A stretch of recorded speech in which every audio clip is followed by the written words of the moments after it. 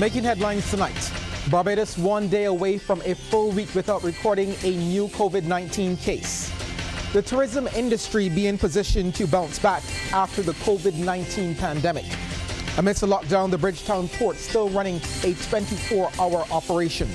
And coming up in sports, another setback for Tokyo 2020 as Japan refutes budget claims of the IOC. Broadcasting from our studios in the Pine St. Michael, this is CBC Newsnight, starting now.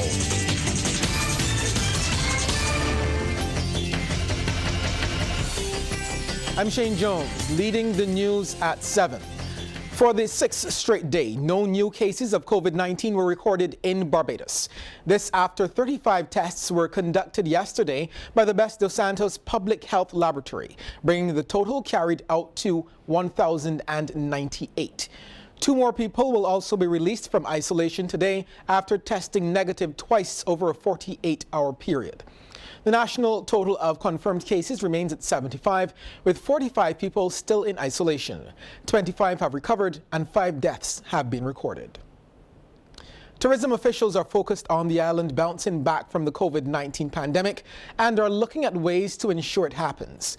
Minister of Tourism and International Transport Carrie Simmons admits it's a tough period for the country with many businesses closed and the island under curfew. He was speaking during an interview with President of Travel Pulse Canada, John Kirk. Lisa Lord reports.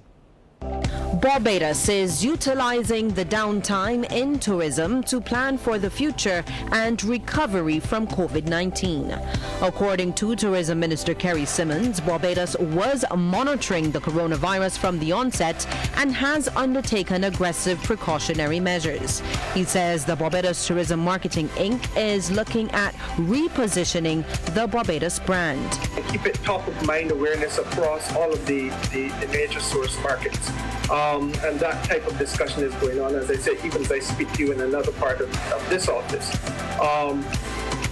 I would also say to you that one of the things we have done is to set aside some funds at the governmental level, I think about $20 to $30 million from the government, and then there will be a blended finance into the private sector, so as to be able to recapitalize what we call a small hotels development fund. Okay. And that small hotels fund would really be to enable a lot of the hotels to refresh themselves and to use this down period as a period during which they do some reconstruction and uplift, etc. Mr. Simmons has revealed that a tourism recovery task force has been established. The first 2 weeks of this down period was spent working through a blueprint, which is now being rolled out, and that blueprint looks effectively at everything in Barbados, the attractions, the restaurants, the hotels, the way in which other areas of the economy link into tourism, so that the cultural sector, the agricultural sector or sporting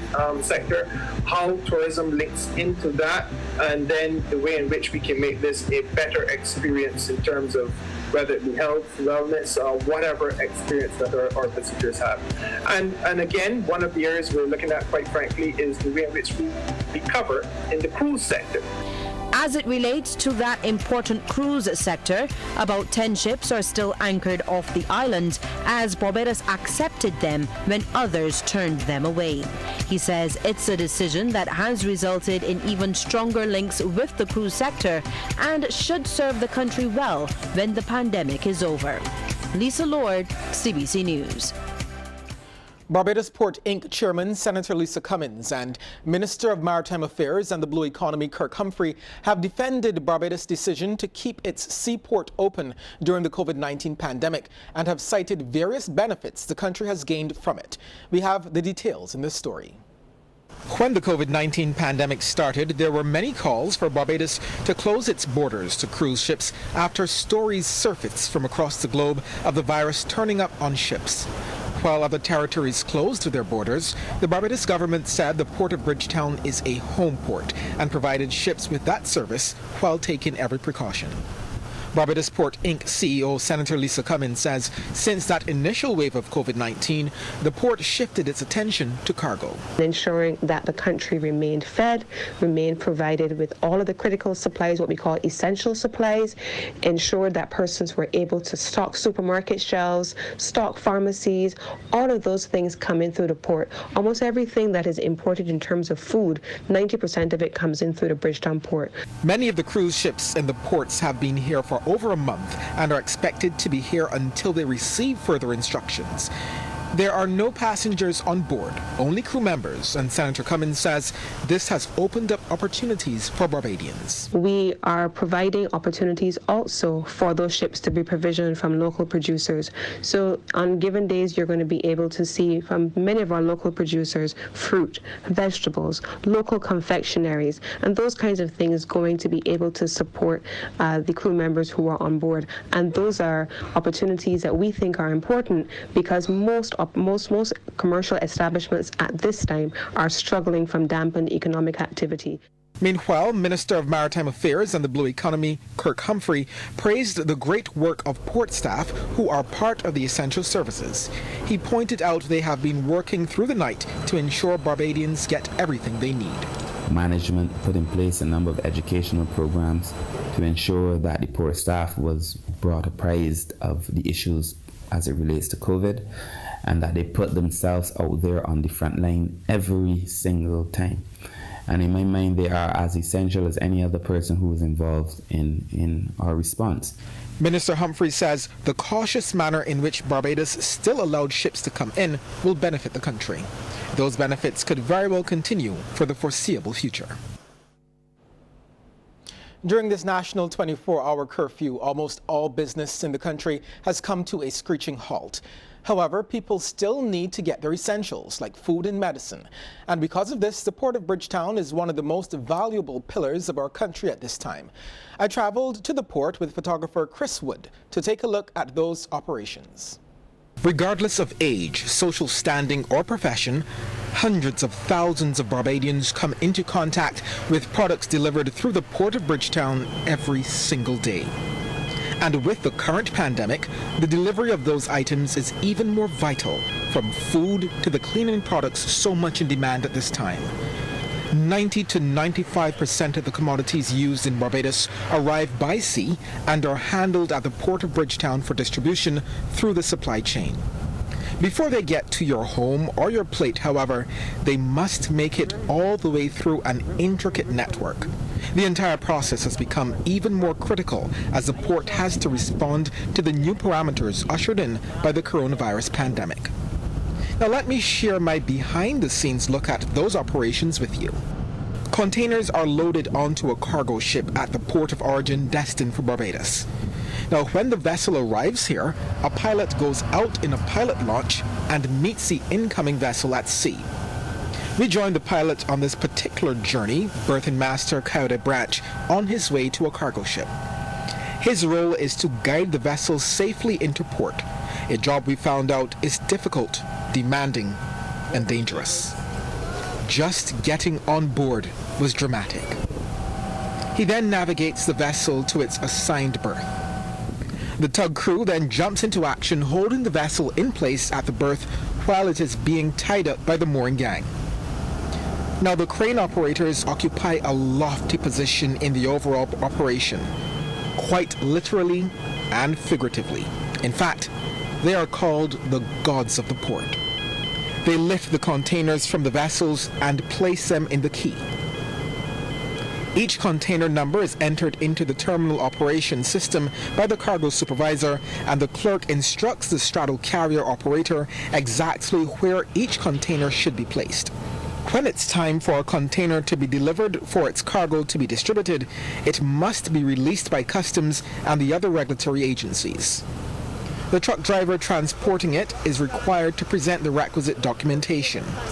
He then has to drive through a scanner and, after security clearance, proceed to the exit gate where the container is checked by customs and port security. All of these elements come together to ensure you still get your essentials during this period of COVID-19. Well, ever since the onset of the COVID-19 pandemic, the term social distancing has been on the lips of health officials and policymakers across the globe. In tonight's edition of Coping with COVID-19, we take a look at how to properly observe it.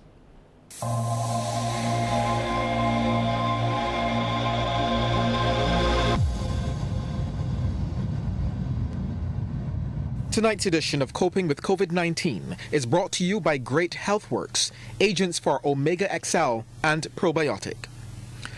We keep hearing, remember to practice social distancing over and over. But are we doing it correctly? Social distancing, also called physical distancing, means keeping space between yourself and other people outside of your home. To practice social or physical distancing, stay at least 6 feet, that's 2 meters, from other people. Do not gather in groups, stay out of crowded places, and avoid mass gatherings. Paying special attention to that part about avoiding mass gatherings, you should consider only making that supermarket run on your designated day if what you want to get is absolutely necessary. It is just not worth the risk if you can do without that item. Remember, keeping your distance is slowing the spread. Since people can spread the virus before they know they're sick, it is important to stay away from others when possible, even if you have no symptoms. Social distancing is especially important for people who have a higher risk of getting very sick. They have been identified as the elderly population and people with underlying conditions such as diabetes, asthma, and others. While it is possible that a person can get COVID-19 by touching a surface or object that has the virus on it and then touching their own mouth, nose, or eyes, this is not thought to be the main way the virus spreads. COVID-19 spreads mainly among people who are in close contact, that's within about 6 feet, for a prolonged period. Spread happens when an infected person coughs, sneezes, or talks, and droplets from their mouth or nose are launched into the air and land in the mouths or noses of people nearby. That's why social distancing is extremely important. These are some tips to help you cope with COVID-19. Tonight's edition of Coping with COVID-19 was brought to you by Great Healthworks, agents for Omega XL and Probiotic.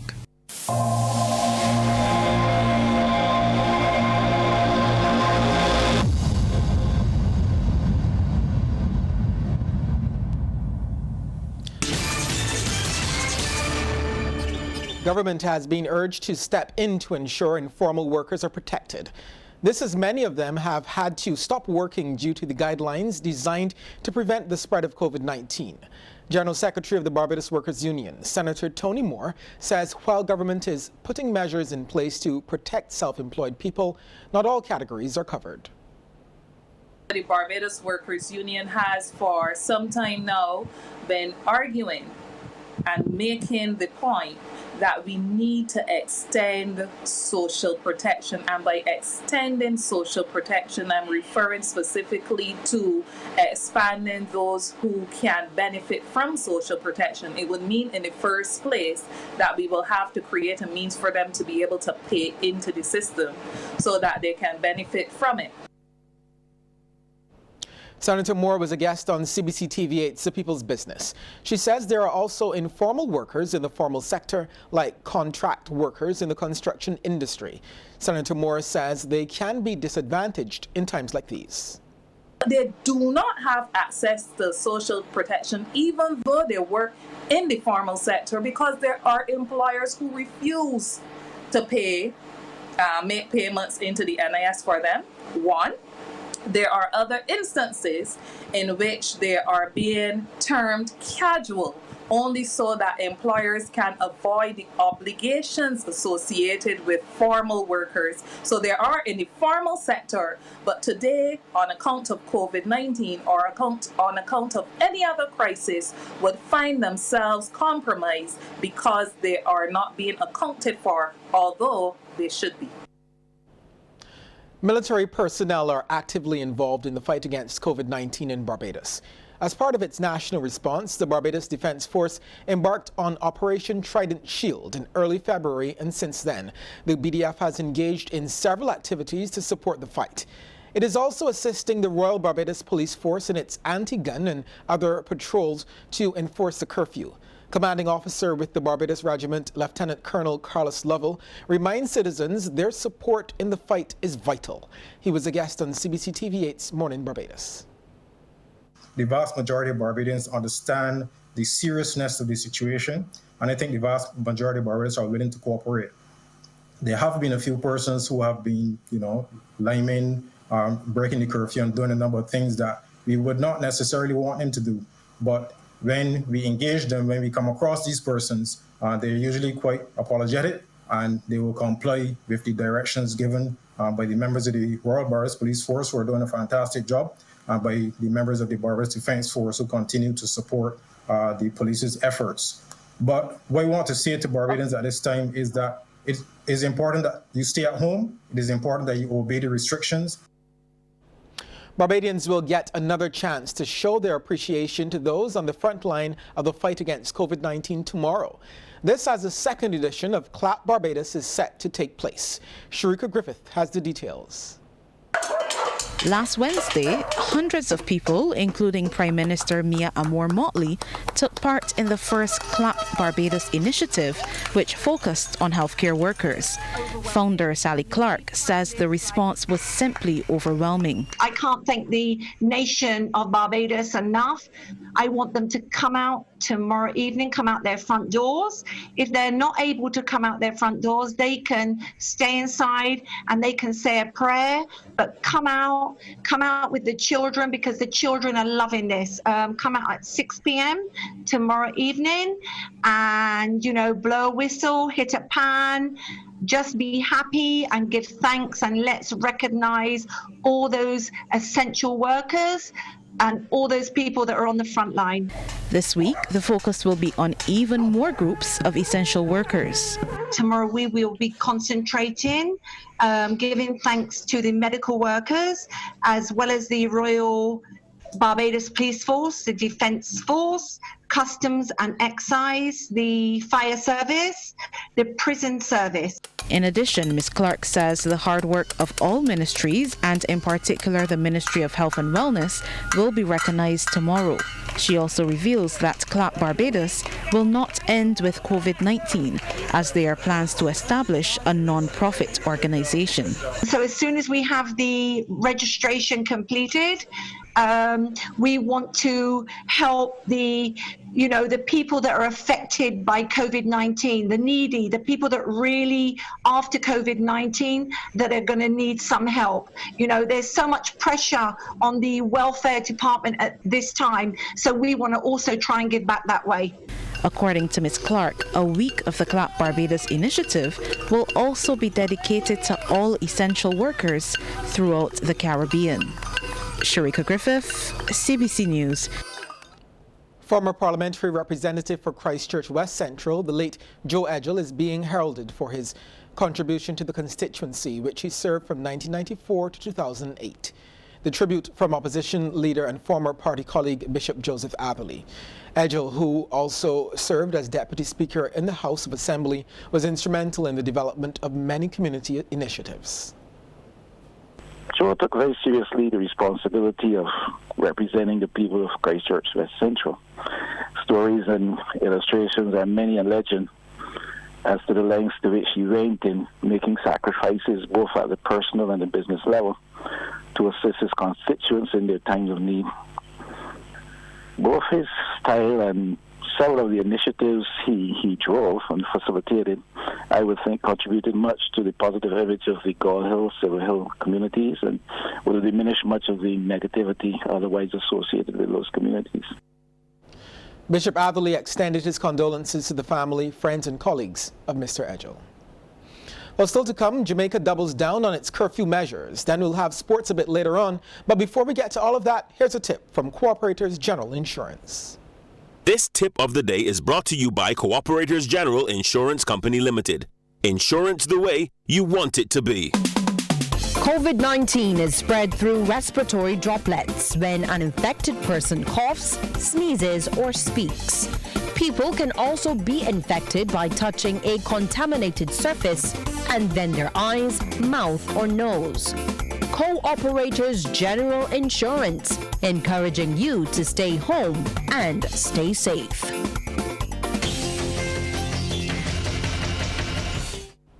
Checking in with our regional neighbors now. Jamaica has put new curfew measures in place as COVID-19 cases in that country has surged to over 220. 25 new positive cases yesterday pushed that number in that country to 223.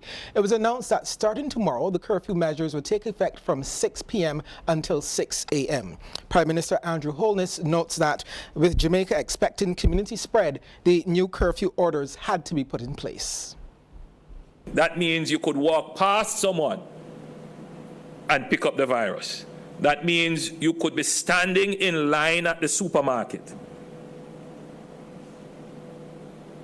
and pick up the virus. Indeed, I don't have permission from the health personnel to say this, but I'm going to say it in a general way for shock value, but it is true that one of the persons who was picked up as a close contact, when the public health officials made contact with the person, they were standing in line at a supermarket, answered their phone, and it was a public health official asking them, "Where are you?" "I'm in a supermarket." That is what is happening. A Bahamian artist is embracing the social media platforms, taking his followers inside his art studio for a show. More from ZNS. Alright, I'm Matthew Wildens, and I'm doing an art show. I'm doing an art show because I have the time now to sit down and think about an art show thoroughly. And now we have stories. We have stories to tell. For about maybe the past year and a half, we had some major stuff happening that has never happened around the world, and of course the Bahamas. So these are our stories. This is what the artist, the poet, the players of instruments, the singers. This is when we come out. Barbados uses music as he paints, and while he creates pieces for his art show, he takes the audience along via Facebook Live. These pieces that I've been doing on Facebook Live, these are part of a bigger project. Of course, I'm passing the time, but also I'm killing two birds with one stone, in that I'm also using this time now to prepare an art exhibition. The artist suggests everyone make good use of their time during the curfew and lockdown, which could be considered a blessing in disguise.